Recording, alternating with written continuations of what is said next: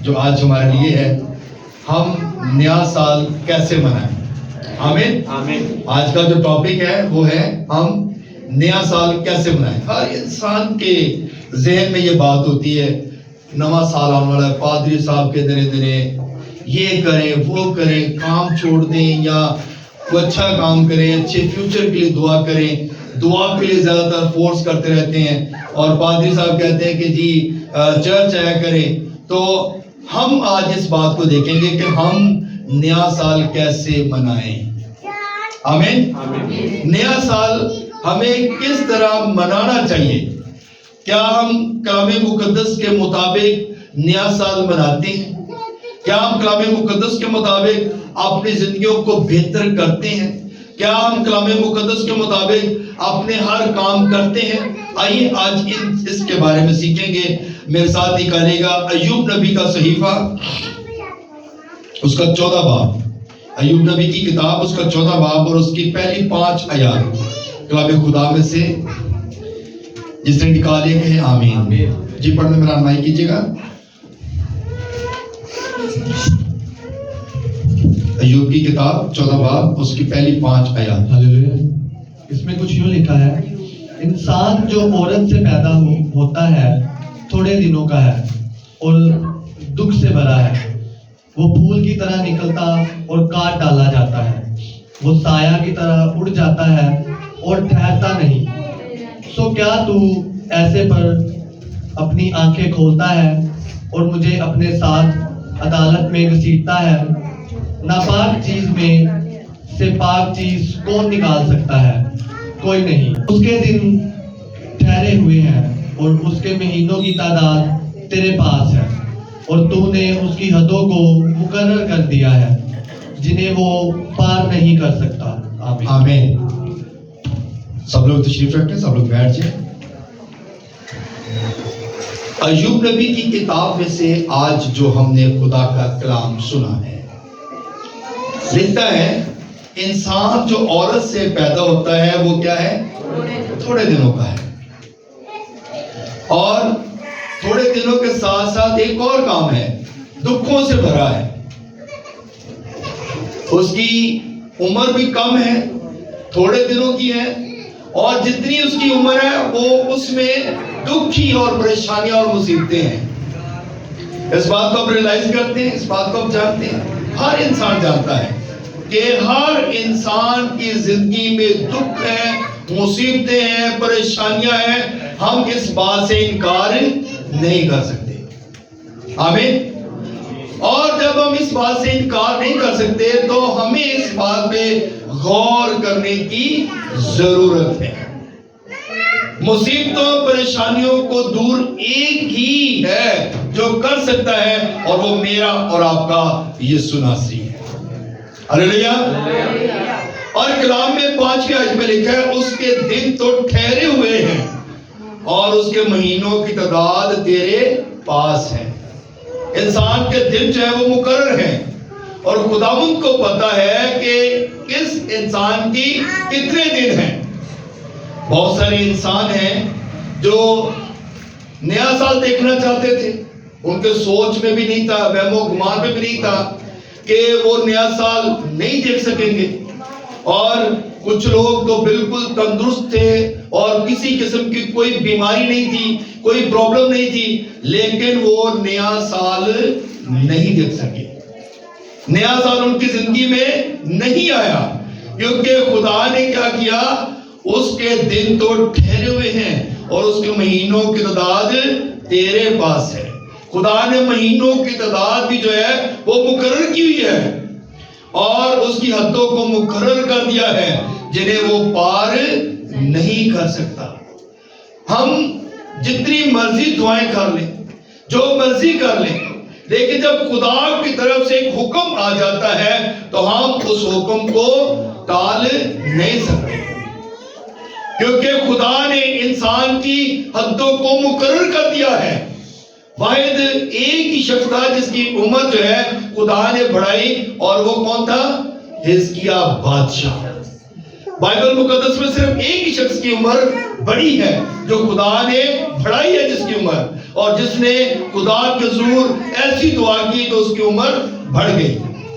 لیکن باقی بائبل مقدس میں کسی بھی آدمی کی عمر نہیں بڑھی، لیکن وہ خدا سے ڈرتے رہے، کانپتے رہے، اور خدا نے جتنی بھی عمر جس انسان کو دی، جس نبی کو دی، جس رسول کو دی، وہ خدا کی خدمت میں بڑھتا ہی گیا اور خدا کے کام کرتا رہا.